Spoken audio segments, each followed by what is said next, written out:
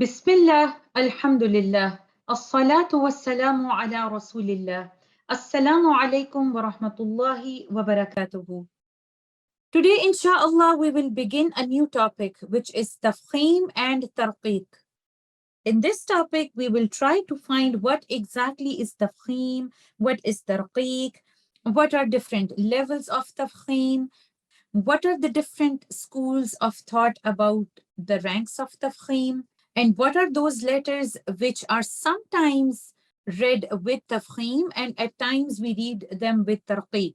So the literal meaning of tafkhim is fattening or thickening. But in tajweed rules, it is to make your tongue thick by elevating its back when pronouncing 7 letters of isti'ala, which are khussadawtin kil, letter kha, letter sad, letter dad, letter ghain, letter ta, letter qaf, and letter dha.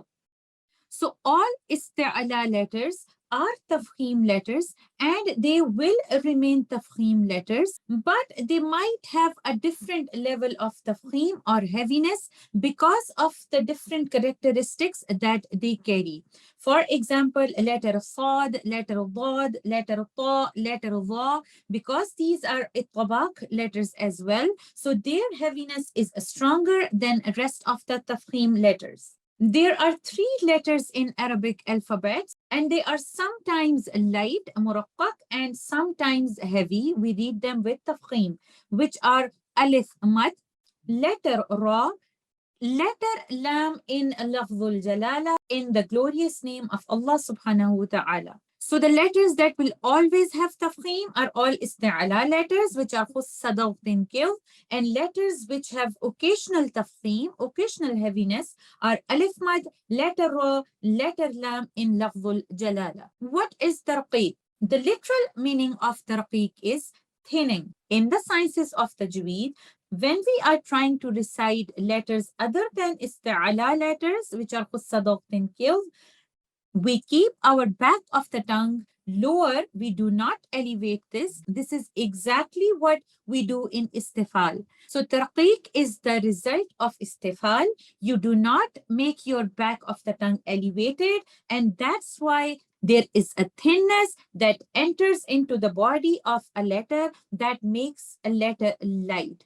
With isti'ala, because your back of the tongue is elevated, so there is thickness that adds into the sound of the letter, and that makes a letter of tafkhim. But istifal, when you keep your back of the tongue lower, that results in a tarqiq of the letter. All the letters other than isti'ala letters, khussadawtin kil, are tarqiq letters, except alif mad, letter ra, and letter lam in lafzul jalala, as these 3 letters are sometimes heavy, sometimes light, depending on certain conditions, and we will discuss them shortly.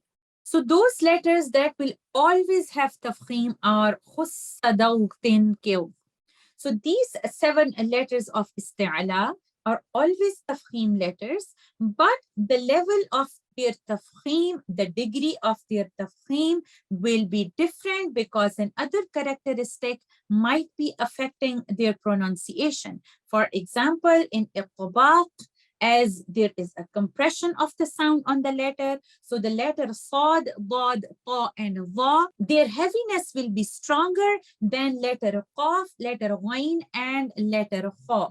So if you try to rank those isti'ala letters, so ta is the strongest, then letter dad, then letter sad, then letter dha, then letter qaf, then letter ghain, and then letter kha.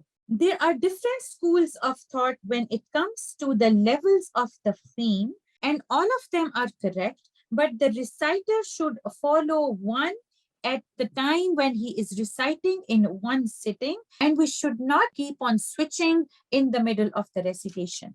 The first one is called the 3 levels of tafkhim, and the second one is called 5 levels of tafkhim. As the name shows, the 3 levels of tafkhim, according to this school of thought, there are 3 levels of tafkhim or heaviness. The strongest tafkhim or heaviness is given to the tafkhim letter if it comes with a fatha. So in this case, letter qaf is a tafkhim letter. If it is having a fatha, according to this school of thought, you will make this qaf heavy, and this qaf is the highest level of tafkhim. According to this school of thought, the second level of tafkhim is if the letter of tafkhim comes with a dhamma. In this case, qaf is having dhamma. So this level of tafkhim is different than this level, but the level of heaviness that we give to the letter qaf when it is having a fatha is stronger than when the letter is having a dhamma.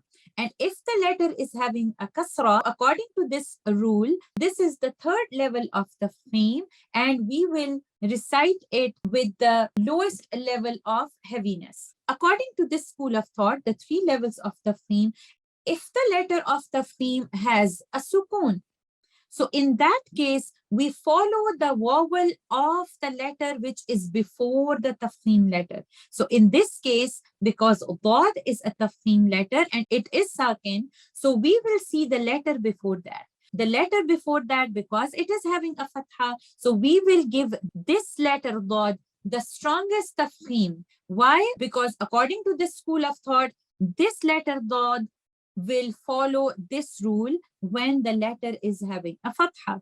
So in this case, the letter qaf, which is also a tafkhim letter, is sakin here. So we will see the letter before it. The letter before it is having a dhamma. So we will give this letter qaf the second level of tafkhim. Letter ta, it is sakin, and the letter before letter ta is having a kasra. So in this case, we will give this letter ta the third level of tafkhim. So if we take this example, qala, so we should not be saying it like this, qala, qala. I'm not making this qaf light, but this is not even the strongest level of tafkhim. So instead of saying the ka, I need to say qa. If we take rest of the letters and if we try to pronounce them, let's suppose letter kha, kha, not kha. Although kha is not light, but this is not the strongest level of heaviness. So kha, qa, wa, ta, wa. So even while I am reciting these letters, you can feel the letter qa is different than kha and qa. The heaviness in qa and wa and va, sa, it is more than qa, kha, gha, and you can feel it. Why? Because they carry a tabaq as well, and their heaviness is stronger. According to this school of thought, there are 5 different levels of tafkhim. That's why the name is 5 levels of tafkhim. So as per them, the highest level of tafkhim is if the letter of tafkhim is having a fatha, but it is followed by alif mad. In this case, this is the highest level of tafkhim. The second level of tafkhim is given to a tafkhim letter which has a fatha only and there is no mad after it. The third letter of tafkhim is given to the letter who has a dhamma. The fourth level of tafkhim is given to a tafkhim letter when it is sakin. And the fifth letter of tafkhim is if the letter has a kasra. In this school of thought, the sakin letter is not affected by the vowel of the letter coming before it. And the other difference is in this school of thought, they give a different level of tafkhim if the letter is followed by alif mad. Although the letter is having fatha in both cases, in the first and second one, but in this school of thought, the level of tafkhim is higher if the letter of tafkhim is followed by alif mad. So you will say qa, qala, qad, qul, yuqtalu, qila. You will not say qila, qila. You will not make it that heavy. You will say qila. Of course, this will not become a light letter or istifal letter or a taqiq letter. This will remain a letter with tafkhim. This will remain a letter of ista'ala, but the level of tafkhim is the lowest level when the letter has a kasra. And in this case, when the letter is having a fatha followed by an alif mad, you will give the highest level of tafkhim. Next, we move on to those letters which are sometimes heavy and sometimes light. So sometimes we read them with tafkhim and sometimes we read them with tarqiq. And first one is alif mad. Alif mad is not considered as heavy or light letter on its own. It does not have tafkhim or tarqiq of its own, but alif mad will become heavy if it has tafkhim letters before it. And what are those tafkhim letters? Khussadawtin kil. And we see in these examples, khashi'atun, kha. So I am not going to make this alif mad light. I will not say like this, kha, kha, because kha is a tafkhim letter. Because of kha, I have to make my alif mad heavy. Khashi'atun.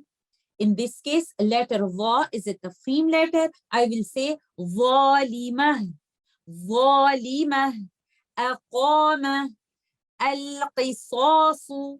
Sad is a heavy letter, so I will make my alif mad heavy. Qaf is a heavy letter, I will make my alif mad heavy. Va is a heavy letter, so this tiny alif on the top, I will make this heavy.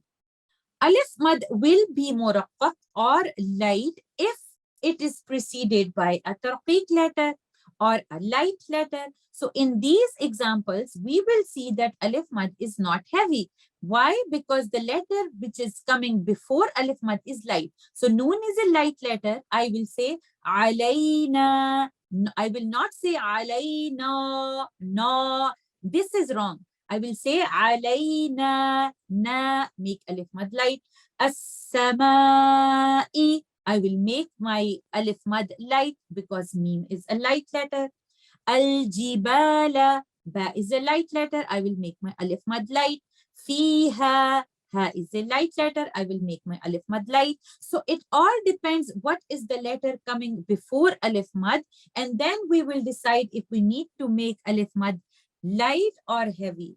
If the alif mad is preceded by a letter ra, and that letter ra is in a condition which makes that letter ra heavy, in that case, we will also make alif mad heavy. And we will learn the rules of ra, inshallah, in our next video. But for now, just remember, if ra is in a condition where you have to make ra heavy, it is followed by alif mad. In that case, you will make your alif mad heavy. You will say radiyah, radiyah. You will not say radiyah. You will say radiyah. Alif mad is heavy if ra is in a condition where you have to make ra heavy. The next letter that is sometimes heavy and sometimes light is the letter lam in lafzul jalala, in the glorious name of Allah. Lam in its nature is a light letter, but it will be heavy in three conditions when lam comes in the name of Allah. Other than those conditions, lam is always a light letter. So we will see what are those conditions. In the name of Allah, if there is a fatha before the glorious name of Allah, you will make letter lam heavy. We will see it in these examples. Qala Allahu. So lam in Allah, there are two lams in writing in the name of Allah, but when you try to pronounce them, there is only one lam in pronunciation.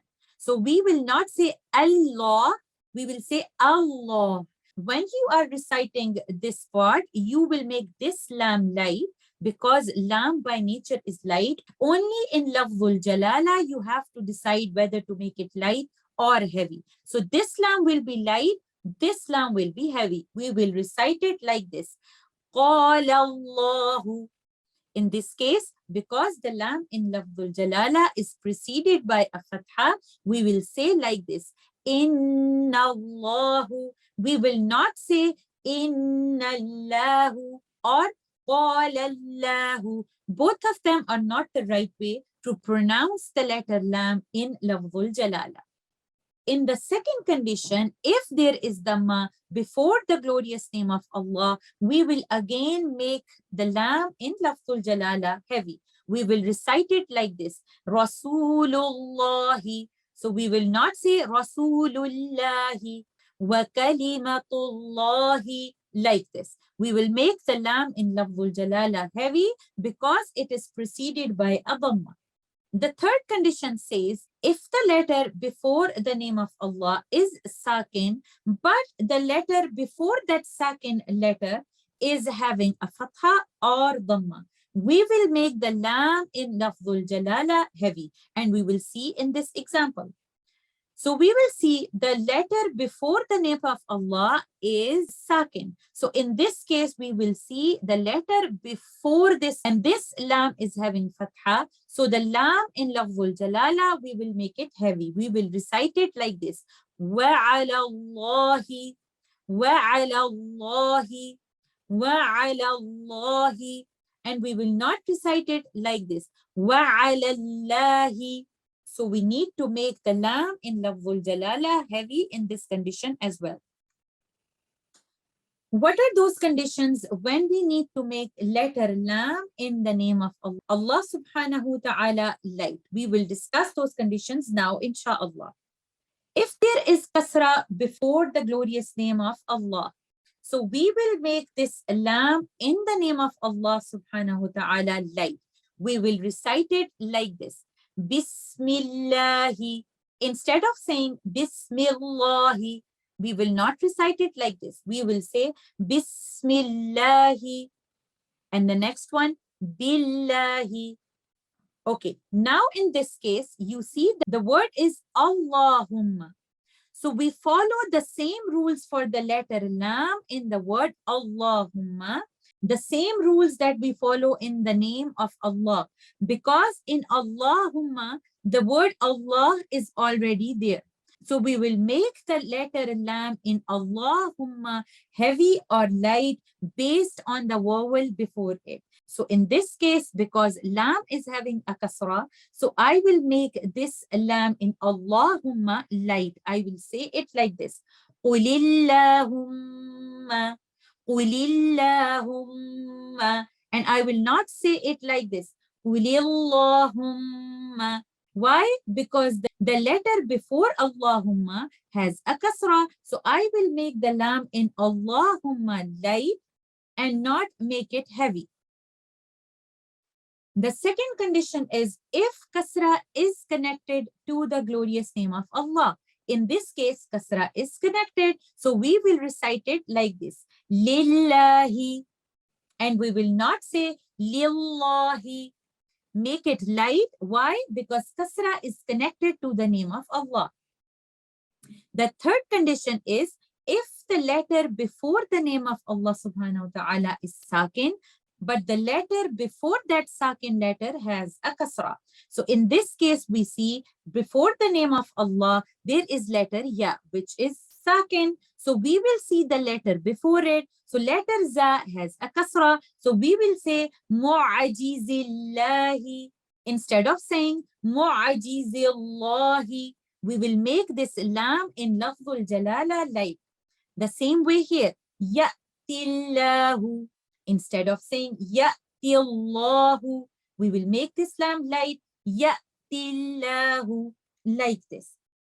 We will recite this lam light because the letter before the sakin letter has a kasra. That's the end of our today's lesson. Inshallah, we will continue with the rules of tafkhim and tarqiq. Jazakumullah khair. Assalamu alaikum wa rahmatullahi wa barakatuhu.